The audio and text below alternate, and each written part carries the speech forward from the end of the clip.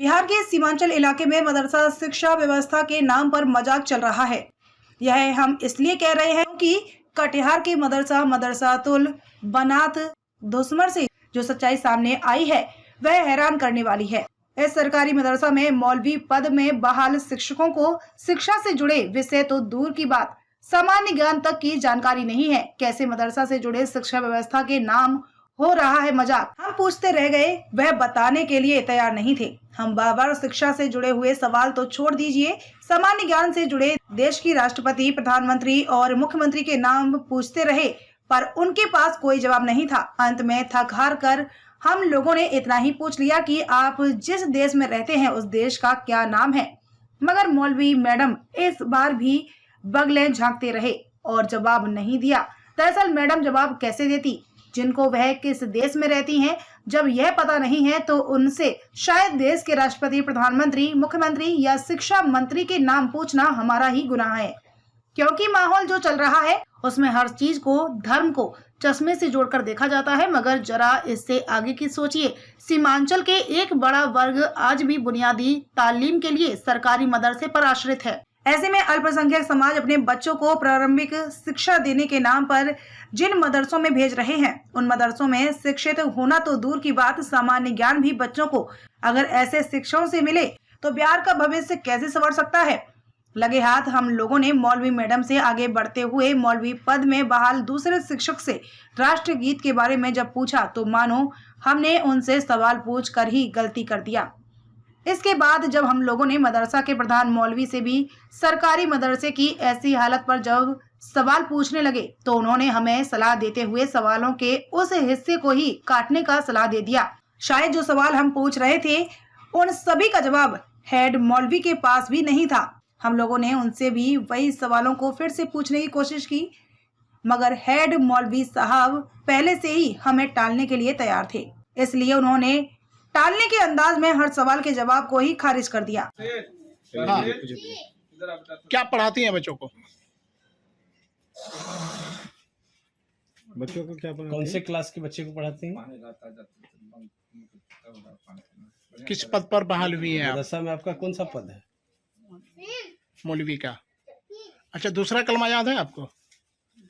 हाँ, पढ़िए तो।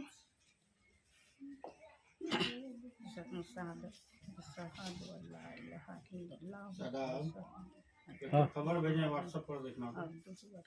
अच्छा, हमारे नबी जो आखिरी नबी हैं वो कहाँ पैदा हुए?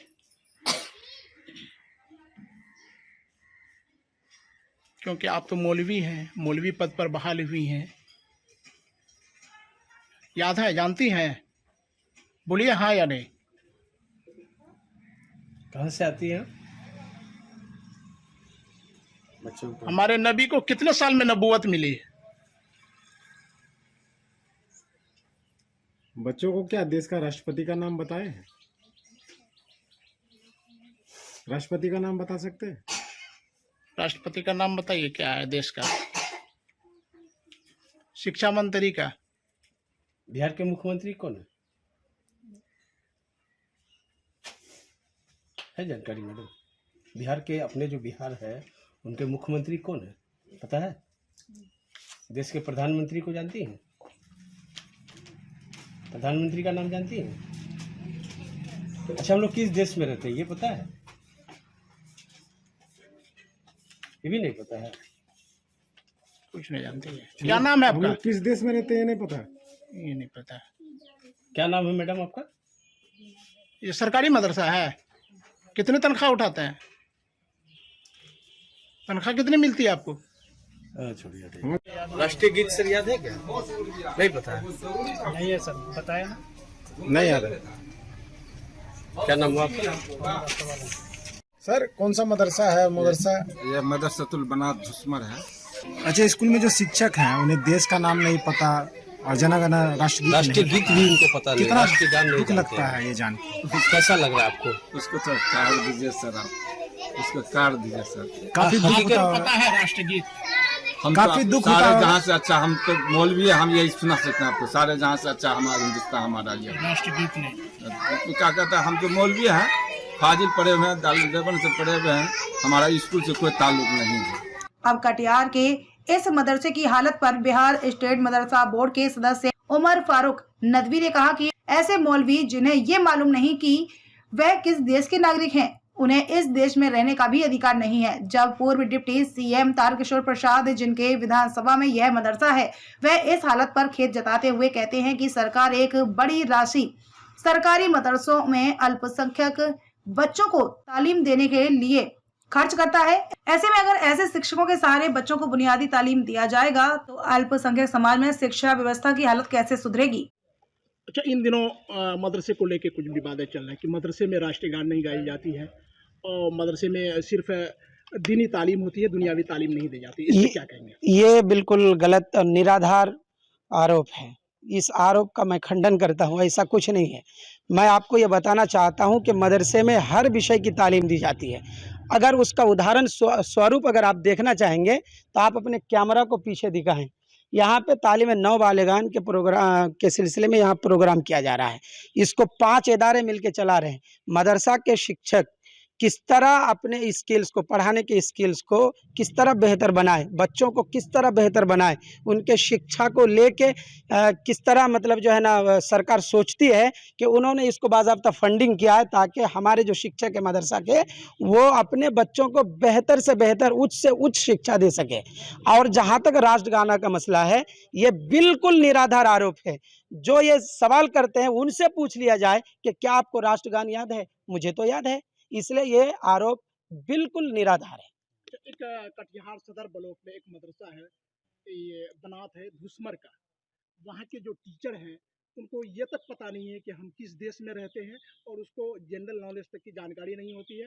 और ऐसे मदरसों के जो स्टाफ हैं उनको किस तरह से इसको आप देख रहे हैं?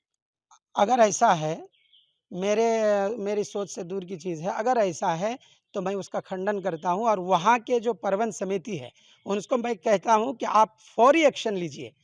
ऐसा टीचर जिसको आपने रखा हुआ है, उसको वेतन सरकार की तरफ से 30,000 प्लस मिल रहा है, उनको अपने मदरसे का नाम तो मालूम होना ही चाहिए, अपने बच्चों का नाम भी मालूम होना चाहिए। देश का नाम तक उनको और देश का नाम नहीं मालूम है तो उसको देश में रहने का भी अधिकार नहीं है। आप जिस भारत में खाते हैं, यहाँ की नमक रोटी को आप लेते हैं, आपको भारत देश का नाम मालूम नहीं है। ये तो अफसोस और खेद का विषय है। मेरा नाम उमर फारूक नदवी, मैं टीम MDO का स्टेट मेंबर हूँ। सरकार के अनुदान से संचालित मेरे विधानसभा क्षेत्र के धुसमर के इस मदरसे की बातें प्रकाश में आई है और एक जो शिक्षिका है उसे अपने देश का भी नाम नहीं मालूम है और एक रत्ती मात्र भी कोई जो सामान्य ज्ञान है उसकी जानकारी है। यह काफ़ी दुखद है और इस तरह के मदरसे की जांच करके वहाँ अच्छे मौलवी की नियुक्ति हो, जिससे कि सरकार का जो अनुदान, सरकार की ओर से जो अनुदान दिया जा रहा है, जो खर्च किया जा रहा है और जो हमारे मुस्लिम समाज के बच्चे हैं जिनका पूरा भविष्य उस मदरसे पर निर्भर है, उनके भविष्य के साथ खिलवाड़ किया जा रहा है। यह खिलवाड़ बंद होना चाहिए और इस तरह के जो मदरसा के संचालक हैं या संचालन की जो समिति है उस पर कार्रवाई होनी चाहिए। दरअसल मदरसा में बहाली व्यवस्था को लेकर अभी साफ नीति नहीं है। भाई भतीजावाद के आधार पर वर्षों से चले आ रहे मदरसा में बहाली प्रक्रिया आज भी जारी रहने के कारण गुणवत्ता शिक्षा के साथ सामान्य ज्ञान की जानकारी रखने वाले शिक्षकों को जगह नहीं मिल पाती है। इसीलिए मदरसा शिक्षा व्यवस्था एक भद्दा मजाक बनकर रह गया है। देखिए कटिहार से सुमन शर्मा की रिपोर्ट।